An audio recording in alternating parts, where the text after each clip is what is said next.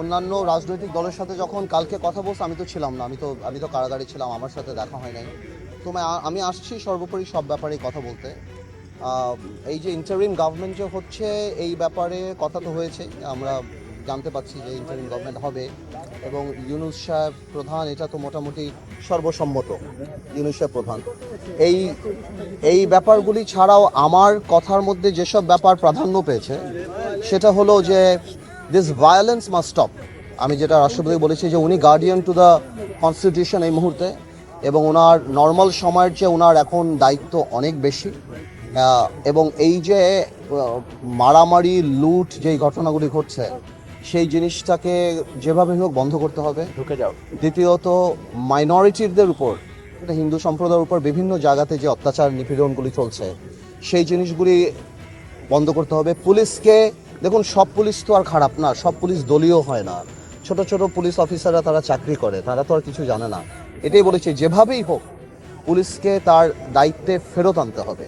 গত 15 বছর 16 বছর একটা সরকার ছিল, এই সরকারের সাথে অনেক ব্যবসায়ী বলেন, অনেকেই বলেন, বিভিন্ন কারণেই সম্পর্ক আছে। সবাই যে দলীয়ভাবে একদম সালমান এফ রহমান বা এদের মতো কাজ করেছে, নট নেসেসারিলি, আরও অনেক আছে। সবার মধ্যে যদি একটা ভয়ভীতি ঢুকে যায়, তাহলে এই $1 ট্রিলিয়ন ইকোনমি ভেঙে পড়বে, থেমে যাবে। তো আমি ওনাকে সেটাও বলেছি যে এখন এফবিসিসির সভাপতি যারা বা যারা, এরা কিন্তু হ্যান্ডপিকড, এরা ওই আগের গভর্নমেন্টেরই নিজস্ব লোক, এরা কিন্তু বাংলাদেশের বিজনেস কমিউনিটিকে রিপ্রেজেন্ট করে না। তো আমি মনে করি ভালো বিজনেসম্যান যারা, তাদের সাথে কথা বলা, বিকজ রিজার্ভের অবস্থা খারাপ। গত 16 বছরে এই দেশে যে পরিমাণ দুর্নীতি হয়েছে পৃথিবীতে কোথাও হয় নাই, যে পরিমাণ টাকা পাচার হয়েছে পৃথিবীতে কোথাও হয়নি আমার ধারণা। এবং রিজার্ভের অবস্থা খারাপ। গত 1 মাস দেশ যা দেখেছে, ইন্টারনেট বন্ধ থেকে আরম্ভ করে, গার্মেন্টস থেকে আরম্ভ করে যে লস, এটা তো আসলে ইরিপেয়ারেবল। তো আমরা তো আর অত বড় লোক কোনো দেশ না, অত ধনী কোনো দেশ না যে এটাকে আমরা হ্যান্ডেল করতে পারবো। এখন যদি এই ফিয়ার ফ্যাক্টর কাজ করে, এখন যদি সাধারণ বিজনেসম্যানরা, সাধারণ ব্যবসায়ীরা যদি ভয় পেয়ে যায়, তাহলে কিন্তু ইকোনমি একদম একদম ফল করে যাবে এবং এই দেশের আরও আরও আরও অসুবিধা হয়ে যাবে। তো আমি রাষ্ট্রপতিকে এই কথাটা বলেছি, মহান রাষ্ট্রপতিকে, যে আপনি এই জিনিসগুলো অ্যাড্রেস করেন। এই আগের যারা সভাপতি, সেক্রেটারি যারা, এগুলি সব হ্যান্ডপিক, এগুলি না। এবং সর্বোপরি ব্যাপারটা হলো যে দেখুন, গণতন্ত্র বলেন, যাই বলেন, রাষ্ট্র একটা হিউম্যান বডির মতো, প্রত্যেকটা অঙ্গেরই কাজ করতে হবে। একজন সাকসেসফুল, মানে একটা সুস্থ মানুষ যেমন থাকে সাকসেসফুল কান্ট্রি হওয়ার জন্য, যে শুধু আমরা গণতন্ত্র আনলাম, ভোট দিলাম, সবই করলাম, কিন্তু আমার ইকোনমি ভেঙে পড়ছে, সবই ভেঙে পড়ছে, সেটা তো হয় না।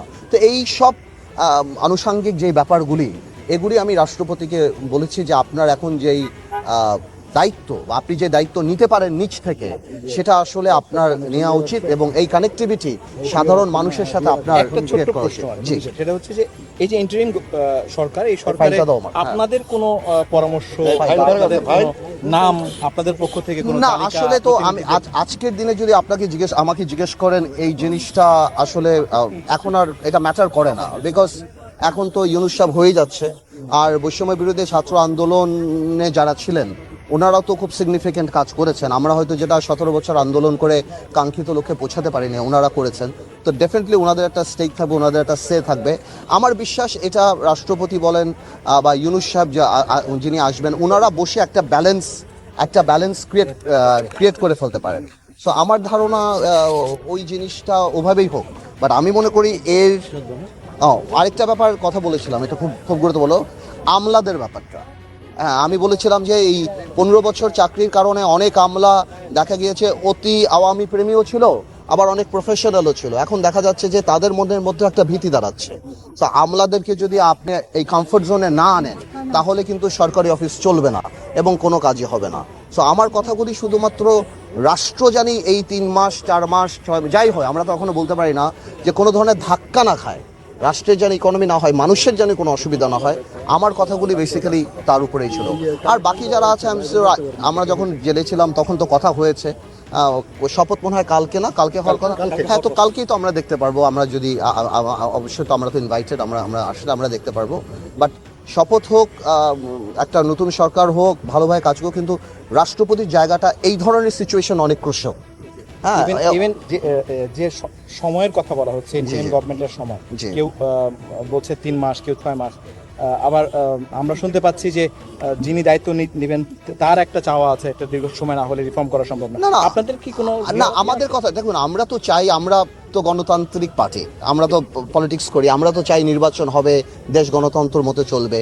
বাট এখন যদি ওনারা ডেফিনেটলি যদি মনে করে এটা 3 মাসের জায়গায় বেশি করতে চায়, বা ভ্যালিড রিজন যে কেন তারা করতে চান, কিসের জন্য করতে চান, কি কি আসবে, এটা আসলে আমার মনে হয় প্রত্যেকটা পলিটিক্যাল বা সিগনিফিকেন্ট পলিটিক্যাল পার্টিদের সাথে কথা বলে যদি ওনারা এটা করেন, আমার মনে হয় এটা বেটার হবে। বাট আমার সাথে এই ব্যাপারে কথা হয় নাই। আমি সবসময় বলেছি যেহেতু এটা মোটামুটি শেপে চলেই আসছে যে কিনি হচ্ছেন, কারা হবেন বা কারা থাকবেন, তো এই ব্যাপারে আমার কথা বলাটা আসলে এখন আর তেমন গুরুত্ব বহন করে না।